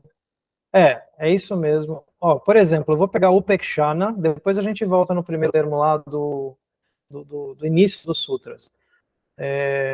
Omissão. Estou pegando as traduções que o Sanskrit, por exemplo, dá. Depois a gente pode olhar no Monier Williams. Overlooking, disregard, né? Conivência, indiferença. Então, o termo Upekshana aqui é literalmente esse, diferença mesmo, no sentido negativo. O termo que você está utilizando, que é o termo nito, né? Você acabou de falar. Fala de novo, por favor. Eu posso pegar ele na Bhagavad Gita. Ele aparece como equanimidade, ele aparece na Bhagavad Gita. Então, é um sentido neutro, ou um sentido elevado do termo, muito mais coerente com um ponto de equilíbrio. Então, assim como eu tenho compaixão com o sofredor, e eu tenho desinteresse, eu estou usando o termo dos sutras, tá? Desinteresse com o malvado, é a Punya, aquele que é desvirtuoso. Punya é o virtuoso, a Punya é o desvirtuoso. O termo que você utilizou, que é equanimidade, é o termo que a Gita vai utilizar, é aquele que juntou as duas coisas, na minha opinião. As duas características juntas, a característica negativa para aquilo que te diz. Por quê? Porque a maldade, ela causa um incômodo na gente. Se você não supera a sua capacidade, o desapego, vamos dizer assim, a maldade, você não consegue se apegar dos atos ruins dos outros, você vai estar sempre sofrendo com tudo que acontece de ruim no mundo. Obrigada. Tchau. Então, eu acredito que as duas compreensões são corretas e você está trazendo um conceito que é da Gita, que é mais ou menos da mesma época, 200 anos anteriores, então eu diria até que é possível que o Patanjali conhecer esse conceito, e está colocando no lugar certo. É uma forma de entender o assunto. Você está acima do problema, entendendo quando as coisas boas, por exemplo, uma alegria na sua vida te traz felicidade, e uma tristeza te deixa no fundo do poço. Então, nenhum dos dois é bom. É melhor você nem ficar muito feliz com felicidade, nem muito triste com a infelicidade. Não sei se eu fui claro agora, não sei se você concorda com a posição. O melhor exemplo que você pode dar é aquele conto chinês, do velho e seu jovem neto. Isso, ótimo, excelente. Então, esse é o melhor exemplo de equanimidade que você pode dar. A Gita traz um... Você sabe qual é esse conto? Sei. Ele diz, o velhinho carrega a prostituta, atravessa o rio com a prostituta nas costas, e aí... Não. Esse é do monge. O velho que tem um neto muito forte, bem velho. O neto ajuda na lavoura a colher, né, todas as sementes para o velho, e de repente irrompe uma guerra no país vizinho, no reino vizinho. As pessoas da aldeia falam: que infortúnio, né? Logo o seu neto, que é tão forte, que te sustenta, cuida de você, é convocado para uma guerra. Certamente o futuro dele será funesto, ele vai morrer. O velho responde: isso nem é bom e nem é ruim. Aí o neto cai do cavalo, quebra as pernas, né, indo para a guerra. Aí os meus aldeões falam: mas que infortúnio, o seu neto, né, tão forte, quebrou as pernas e tal. Mas, por outro lado, ele não vai à guerra, mas isso não é bom nem ruim. Então, a história se desenvolve nesse sentido. Então, a atitude desse velho, a atitude de um sábio, ele vê as coisas com equanimidade. Ele não vê com indiferença o malévolo. Ele não vê também com certa diferença o benéfico, né? O benévolo. Então, ele mantém a equanimidade. Era esse ponto que eu queria debater com você. Essa leitura é super coerente com toda a cultura sânscrita, com toda a literatura sânscrita. É muito bom. Aparece na Gita. Não, estar acima dos infortúnios, porque a gente enxerga as coisas. Isso vai aparecer nos sutras. Eu não lembrar qual o sutra que está escrito para achar, mas eu acredito que está no capítulo 2. Ele vai dizer que as coisas...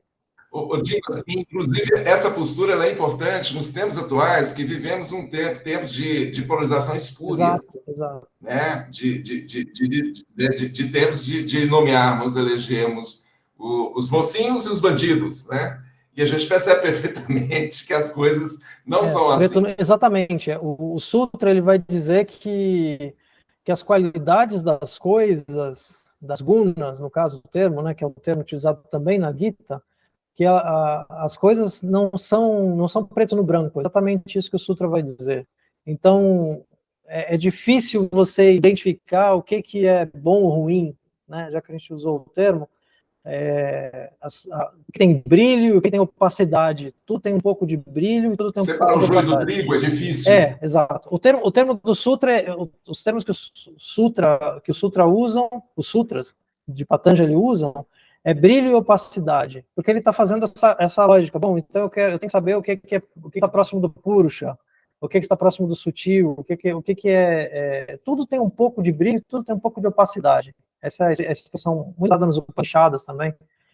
Se uma coisa é boa, ela brilha, né? Se uma coisa é opaca, é porque ela é ruim. A gente faz essas associações. Preto no branco. Devemos lembrar do olho do touro para o outro lado, né, Dimas? Exato.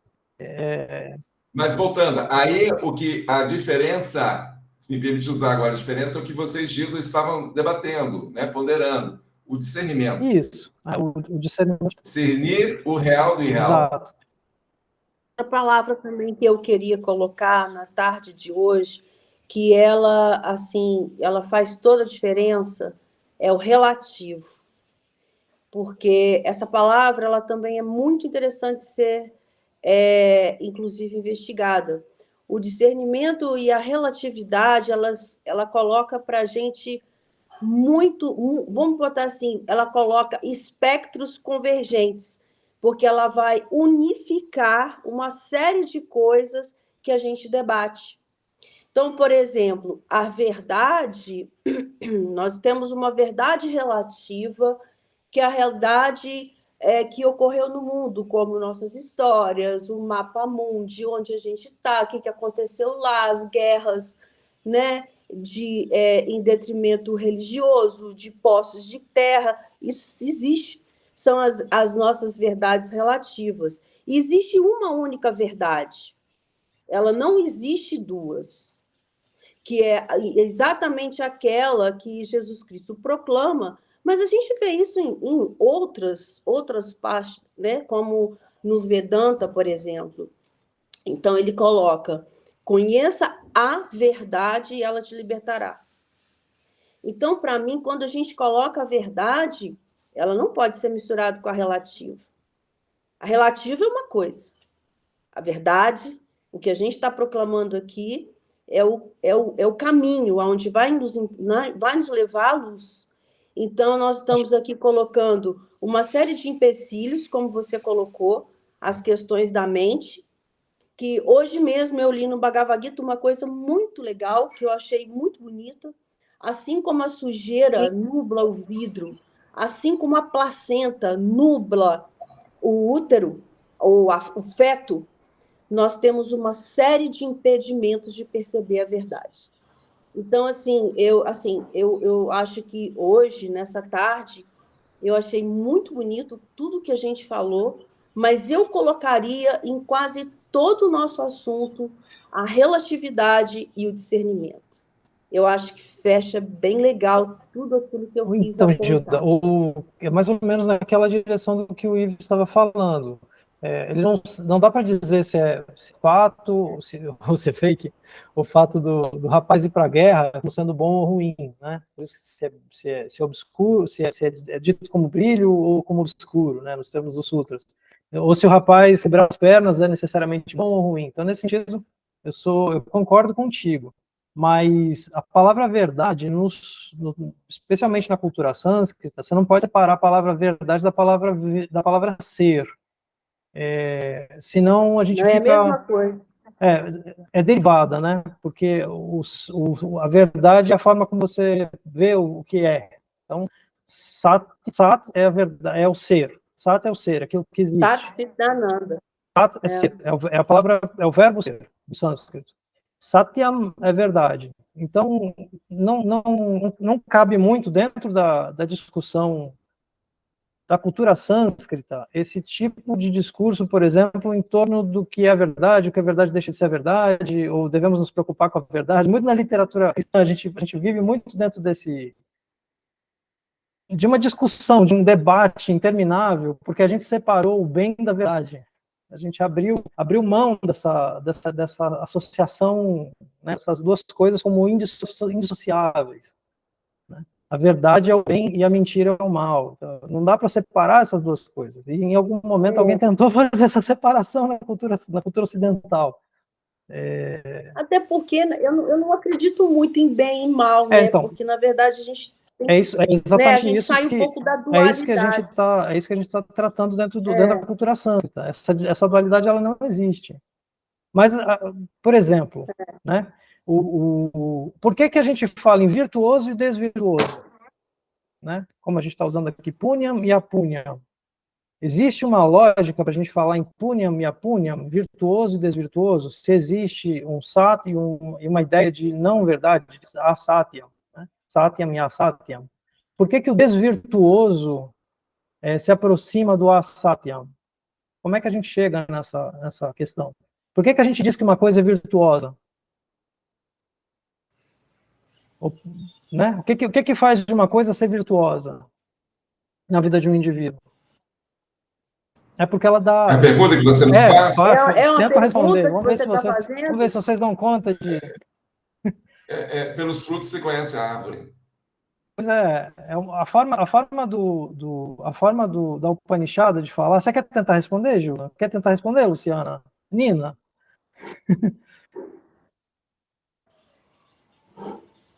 Hoje a Luciana tinha...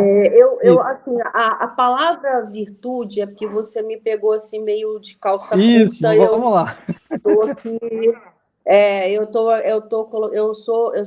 eu tenho uma paixão por palavras, assim, porque elas trazem muitas questões interessantes. Mas virtude, eu acho que essa é uma palavra que ela tangencia muito aquilo que é, né?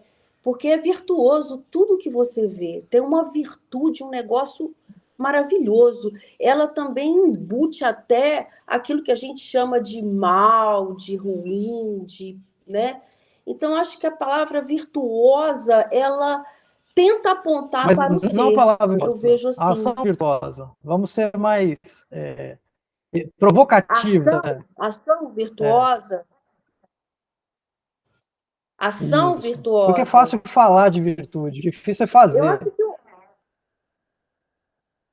Eu acho que, por exemplo, estarmos nesse instante discutindo sobre algo de suma importância, entendendo essa vontade que nós estamos de entender a verdade, é uma virtude. Mas a gente continua... A gente, nesse momento, nós estamos a 2 horas... Já é uma ação, mas a gente ainda continua no campo do discurso. Agora, uma pessoa que constrói uma casa, por exemplo, ela constrói, certo? A ideia de construção, eu estou usando construção de propósito, Bhava, a ideia de ser, vem Bhava, né? Dois termos usados é o Brahma, que significa aquele que engorda, né? O engordador, Brahma é o engordador. E Vishnu é usado como aquele que se expande, né? Aquele que permeia tudo, se expande. E Shiva também significa muito próximo de engorda, inchaço. Então, o sânscrito, a cultura sânscrita, desde a cultura védica, lá dos Vedas, associava o ser ao crescimento.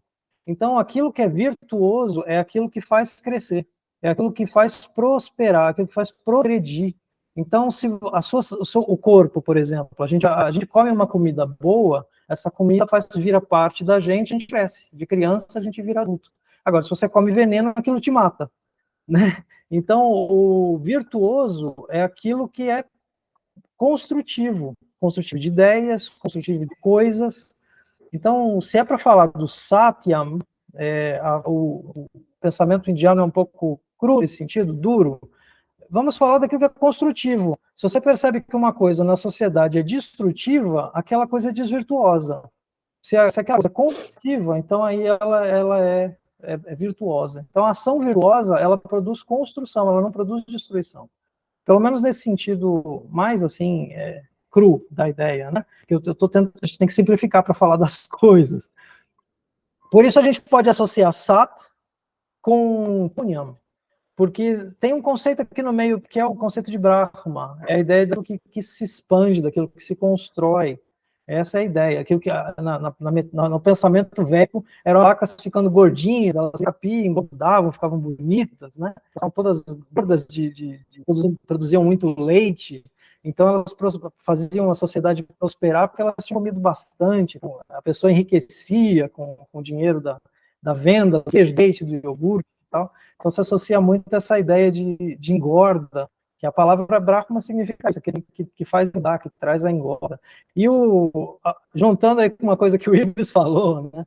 Porque a chuva cai para baixo, sempre, a água sempre cai para baixo. Mas aí as plantas levam a água para cima, né? Os nutrientes, a grama, ela vem para cima em busca da luz. E o que ela tem na grama? Tem água, tem suco, né? Raça, o termo utilizado é raça, que é a essência, o suco. E aí as vacas comem aquela essência e engordam, ficam gordinhas, ficam bonitas. Então, então a prosperidade veio, o crescimento veio. Então o Sat, ele foi incorporado ao indivíduo, ele cresceu, ele se desenvolveu. A ideia de desenvolvimento, a ideia de Satyam, de existência, está muito associada a essa noção de expansão, de crescimento, enfim, é isso. Só quis aproveitar o ensejo para a gente pensar, né, para onde que vai onde que vem esse pensamento, né? Porque tudo isso tem uma certa mitologia, desde lá de trás tem uma mitologia por trás. Então, por aqui, já deu o horário, né? Obrigado pela participação de vocês. Fica muito mais legal quando todo mundo participa, conversa, dá ideias. E eu vou fazer uma pesquisa desse negócio de indiferença para a gente discutir, trazer no próximo encontro, falar um pouquinho disso aí. É super legal, super bacana. E então traga suas reflexões também, por favor, tá bom?